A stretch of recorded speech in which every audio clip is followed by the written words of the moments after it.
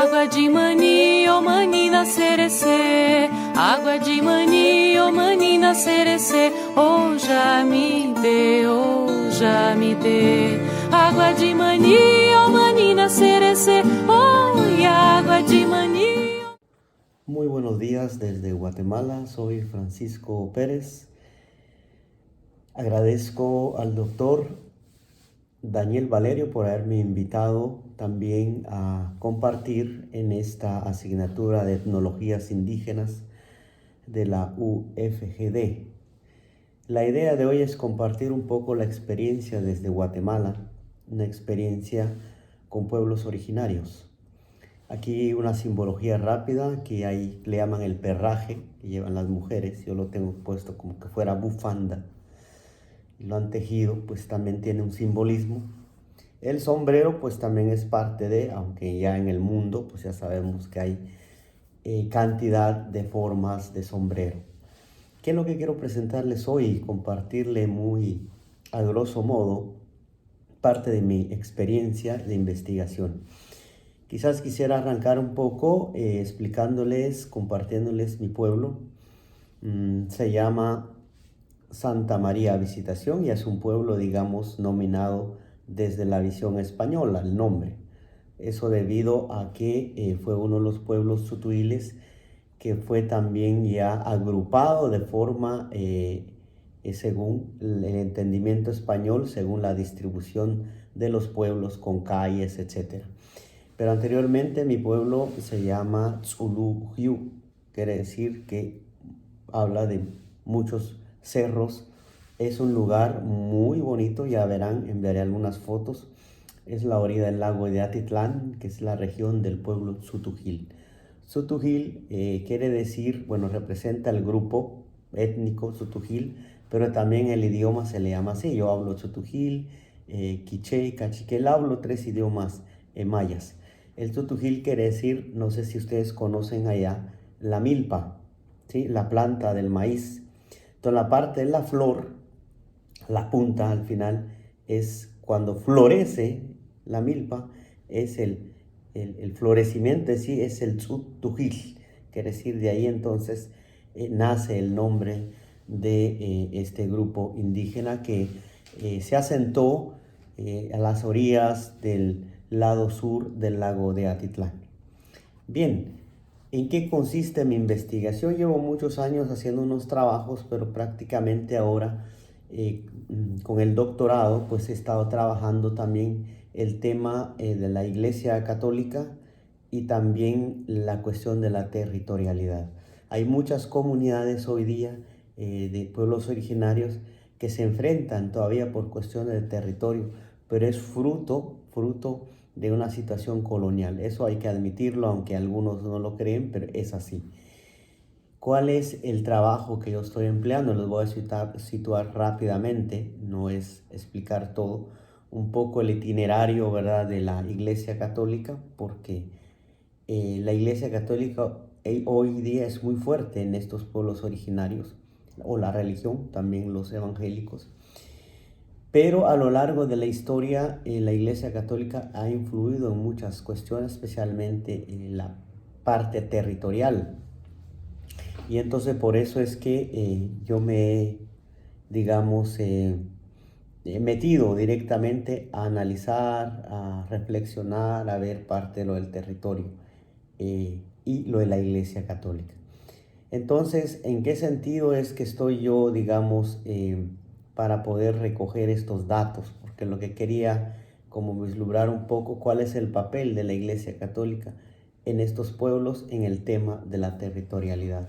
Sí ha habido durante la investigación, pues, varios sacerdotes por muchos años han tenido que ver, ya sea evitar enfrentamientos, ya sea pacificar a los manifestantes, ya sea buscar alguna vía de solución. Pero en muchas ocasiones también la Iglesia Católica ha también usado este tema, digamos, territorial para algunos beneficios. No en todo, pero sí ha sido así. En esta búsqueda, digamos, de documentación, porque el gran problema en la investigación en los pueblos originarios no hay, digamos, que tiene que haber una investigación histórica, porque tenemos que necesitar documentación, digamos, escrita, aparte lo que es la tradición oral, lo que los abuelos nos han contado, también necesitamos. Y aquí hay que decir algo, y eso es lo que yo también he visto con mucha preocupación, que hay documentación que se está perdiendo por descuido, porque no se conoce o porque los tienen ahí abultados en un lugar. Nadie se dedica a clasificarla. Pues la Iglesia Católica, aunque no querramos, es una de las entidades fuertes en este sentido. ¿Verdad? Tiene un patrimonio material e inmaterial también, pero un patrimonio material en documentación impresionante. Esto implica entrar como ratón de archivo, verificar. Entonces, ¿qué quiere decir? ¿Qué hice yo, digamos, rápidamente ya para como no aburrirles con mi investigación? ¿Qué metodología utilicé? Yo más bien me basé en el método cualitativo, ¿verdad? Usando la investigación, pero esto ayudado por el método histórico descriptivo. Esto quiere decir la compilación de datos biográficos. ¿Cómo se tratan estos datos biográficos? ¿Cómo se trata esta documentación que yo encontré? ¿Cómo puedo clasificar? ¿Cómo puedo yo extraer esta información para que enriquezca mi investigación?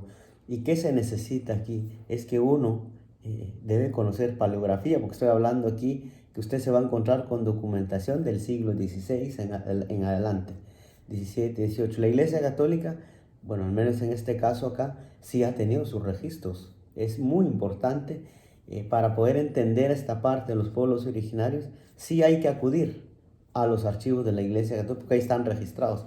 Muchos empoliados, otros ya desaparecieron o pues por el descuido. Entonces, volviendo al método, utilicé este primero, método histórico descriptivo. Me ha ayudado mucho a clasificar la documentación. Usted se encuentra en cerro de documentación. ¿Cuál de eso le va a necesitar? Uno no tiene por qué incluir todo en la investigación.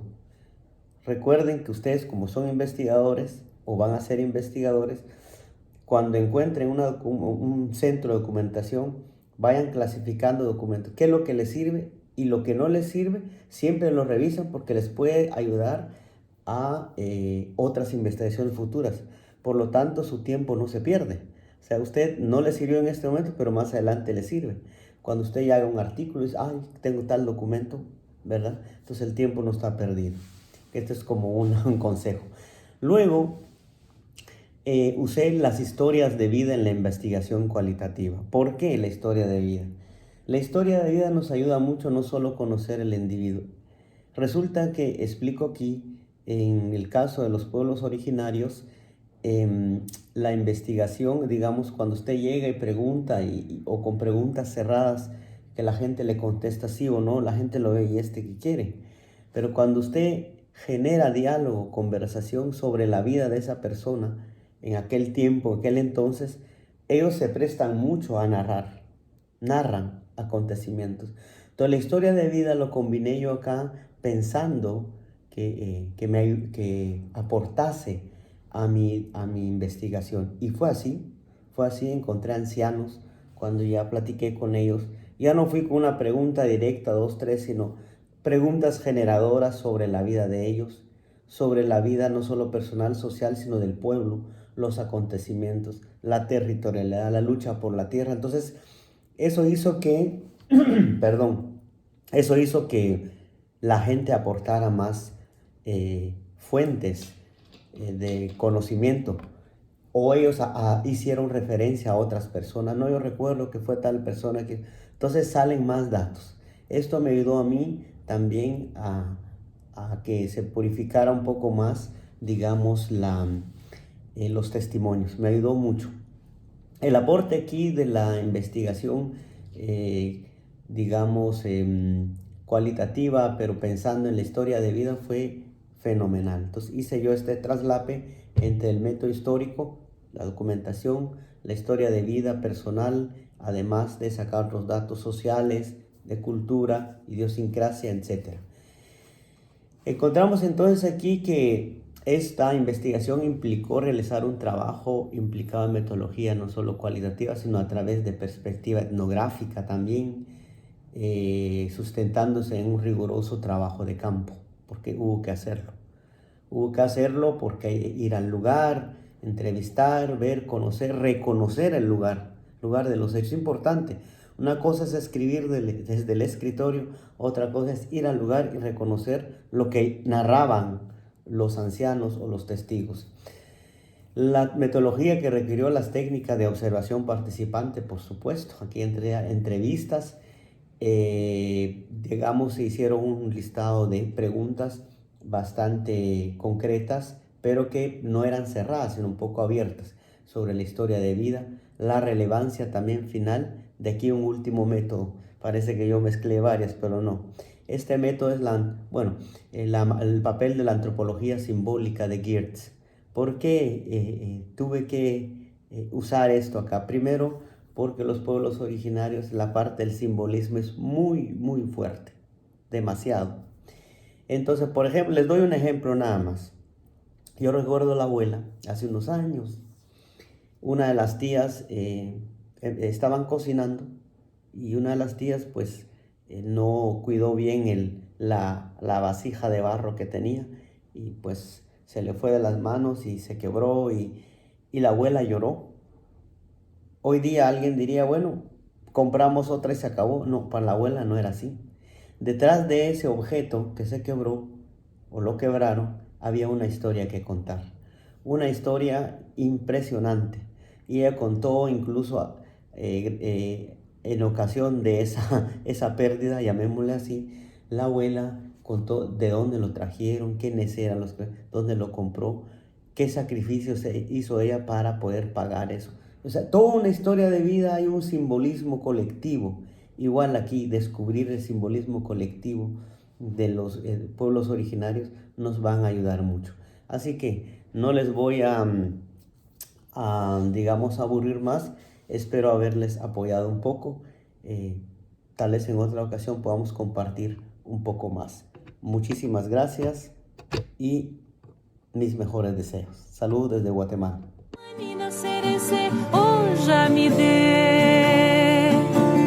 Água de mani, oh manina cerecê. Água de mani, oh manina cerecê. Oh, já me dê, oh, já me dê. Água de mani, oh manina cerecê. Oh, água de mani, oh manina cerecê. Oh,